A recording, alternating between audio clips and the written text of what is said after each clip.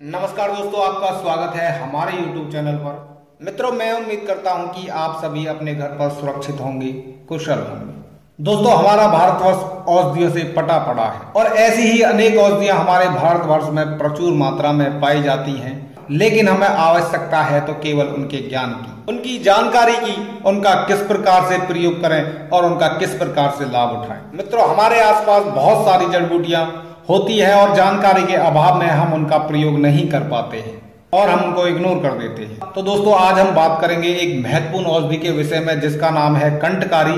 जो आप यह वीडियो में देख रहे हैं यह है कंटकारी। मित्रों, यह जो कंटकारी का पौधा है यह बहुत ही आसानी से हमारे पास उपलब्ध होता है।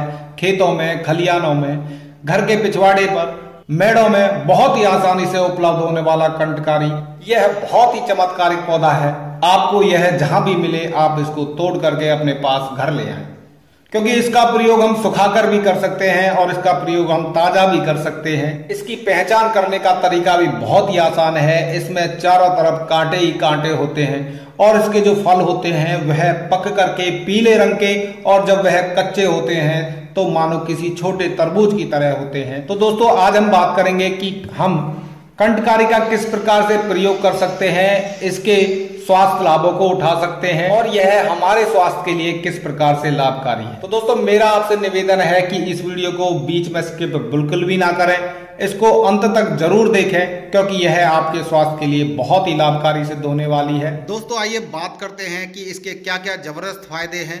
दमा रोग में यह ताकत को बढ़ाने के लिए, किसी भी प्रकार के त्वचा से संबंधित रोग और पेट की कृमियों यानी कीड़ों को मारने के लिए, बुखार में, सर दर्द में और गंजेपन से छुटकारा पाने के लिए, क्षय रोग में, टीबी रोग में, दमा रोग, न जाने ऐसे कितने प्रकार के रोग हैं जिनमें यह रामबाण औषधि की तरह कार्य करती है। मित्रों, यह जो औषधि है यह बहुत ही प्राचीन समय से लगातार काम आने वाली औषधि है और आज भी वैद्य इसका प्रयोग भरपूर मात्रा में करते हैं। तो दोस्तों, अधिक बात ना करते हुए मैं आपको बताता हूं कि इसका किस प्रकार से प्रयोग करना है। जानकारी देने से पहले मैं आपसे निवेदन करूंगा कि जिन मित्रों ने अभी तक हमारा YouTube चैनल सब्सक्राइब नहीं किया है वह रेड बटन पर जाकर के हमारा YouTube चैनल जरूर सब्सक्राइब कर लें। साथ में बेल आइकन जरूर दबा दें, जिससे कोई भी जानकारी अपलोड करते समय सबसे पहले आप तक पहुंचे। और अगर वीडियो अच्छी लगे तो इसको लाइक करना ना भूलें, क्योंकि लाइक करने से मेरा मोटिवेशन अप होता है और मेरा मन करता है कि मैं आपके लिए नई नई जानकारियां लाता रहूं। दोस्तों, सबसे पहले बात करते हैं कि दमा रोग में और अस्थमा रोग में इसका किस प्रकार से प्रयोग किया जा सकता है और उसको किस प्रकार से ठीक किया जा सकता है। इसके लिए आप इसके पत्तों को चुन करके ले आएं, अच्छी तरह से साफ कर लें, उसमें से कांटे निकाल दें और उनको किसी कपड़े की सहायता से उनका 10 से 20 ml रस निकाल लें और फिर उस रोगी को पिलाएं जिनको दमा रोग है, अस्थमा है, खांसी की समस्या है। ऐसा लगातार खाली पेट प्रयोग कुछ दिन तक करें तो आप देखेंगे इससे भयंकर से भयंकर दमा रोग, खांसी रोग में विशेष आराम मिलता है। बहुत लाभकारी औषधि है।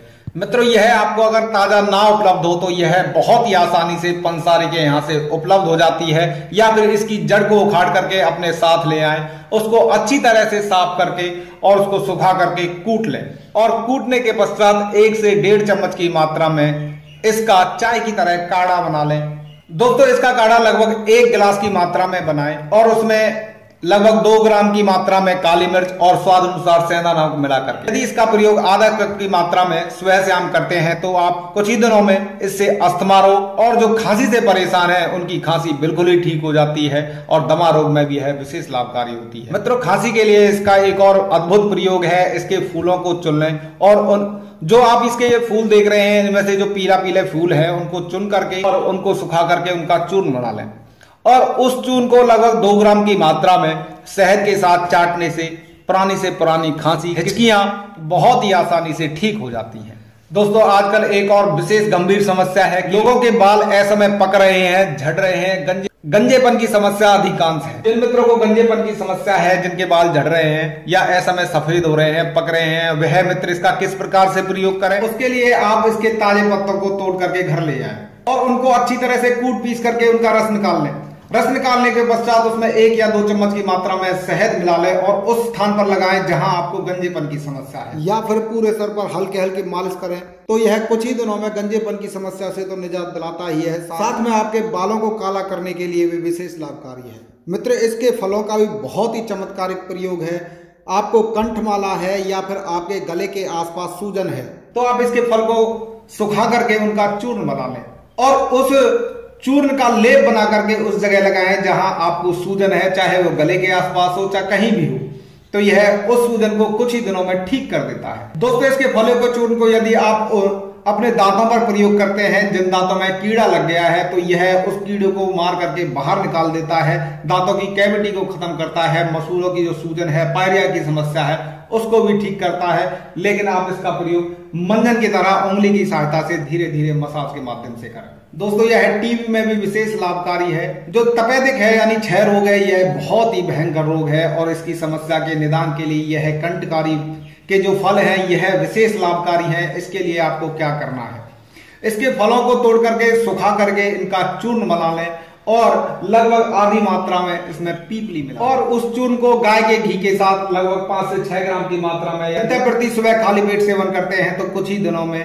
या फिर कुछ महीनों में आपका तपेदिक रोग, टीबी रोग, क्षय रोग बिल्कुल ही खत्म हो जाता है, समूल नष्ट हो जाता है। मित्रों, अब बात करते हैं कि जिनको अंदरूनी कमजोरी है, जिनका स्टेमिना बहुत ही कमजोर है, जो बिस्तर पर थोड़ी देर भी नहीं टिक पाते हैं, तो यह उनके लिए किस प्रकार से उपयोगी है और इसका प्रयोग किस प्रकार से कर सकते हैं। तो शारीरिक कमजोरी को दूर करने के लिए इसकी जड़ बहुत ही महत्वपूर्ण है। तो इसकी जड़ को उखाड़ करके घर ले आएं और साफ करके उसका चूर्ण बना लें और उस चूर्ण में बराबर मात्रा में अश्वगंधा चूर्ण मिला लें और अश्वगंधा चूर्ण मिला करके जो चूर्ण तैयार होता है उसको आप दूध के साथ 1 चम्मच प्रयोग कर सकते हैं या फिर शुद्ध गाय के घी के साथ प्रयोग कर सकते हैं। यह दोनों ही प्रकार से विशेष लाभकारी है, लेकिन आपको इसका प्रयोग केवल 21 दिन करना है और रात के सोते समय इसका प्रयोग करना है। तो आप देखेंगे कि आपको जो शारीरिक कमजोरी है वह 21 दिन में पूरी तरह समाप्त हो गई है। आपका वैवाहिक जीवन बहुत ही सुखमय व्यतीत होने लगेगा, आप जीवन का सर्वोत्तम आनंद लेने लगेंगे। दोस्तों, आप अपने अंदर गजब की ताकत महसूस करेंगे, चुस्ती फुर्ती महसूस करेंगे,